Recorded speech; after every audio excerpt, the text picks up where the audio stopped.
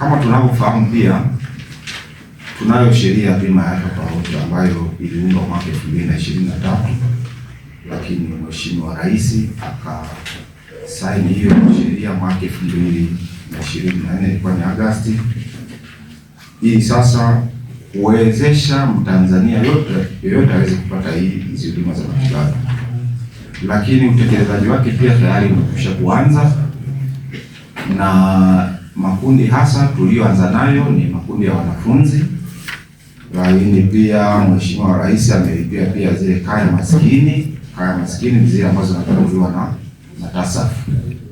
Tayari nao tumeshawatengenezea hizo kadi, kila wilaya tumepita, na hapa Singida DC takribani watu kaya 543 tumeshawafikia kati ya 12,331 ambao sasa na 41%. Dhana ya msingi ya bima ya afya kwa umma lazima pia tuielewe. Hii imejengeka katika misingi ya mshikamano ya kijamii katika kuchangiana gharama za huduma za matibabu, lakini michango hii pia huwa katika kapu moja, kwa maana ya kutoa huduma kwa mwenye uhitaji, lakini pia utaratibu wa kuchangiana huu unafanyika kabla ya kuugua. Tunapata changamoto nyingi especially kwenye hizi vifurushi hivi vya kulipia. Mtu anasudia anaumwa kwanza, ametembea huku na huku, lakini mwisho wakati ndio anaitafuta bima.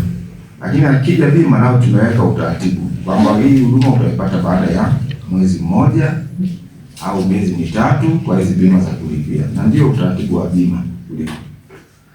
Lakini pia lengo jingine la kutoa huduma ni kwa ajili ya wanachama, si kwa kupata faida. Sisi tunatoa huduma, hatutegemei kupata faida. Lakini pia lazima tuwe na uendelevu na uimara unaotegemea uchangiaji kutokana na kundi kubwa la wananchi. Tunapohamasishana, tukiingia wengi, basi uendelevu utakuwepo. Najua waheshimiwa madiwani tuko hapa, hii elimu ya bima ya afya tulishakuja tukaelezana. Kwa hiyo sasa ni jukumu letu na sisi pia kwa nafasi zetu kuhimiza wananchi wetu ili na wao waweze kujiunga kwa wingi ili tuweze kupata hizi huduma za bima ya afya na tuweze kufurahia matunda ya nchi yetu.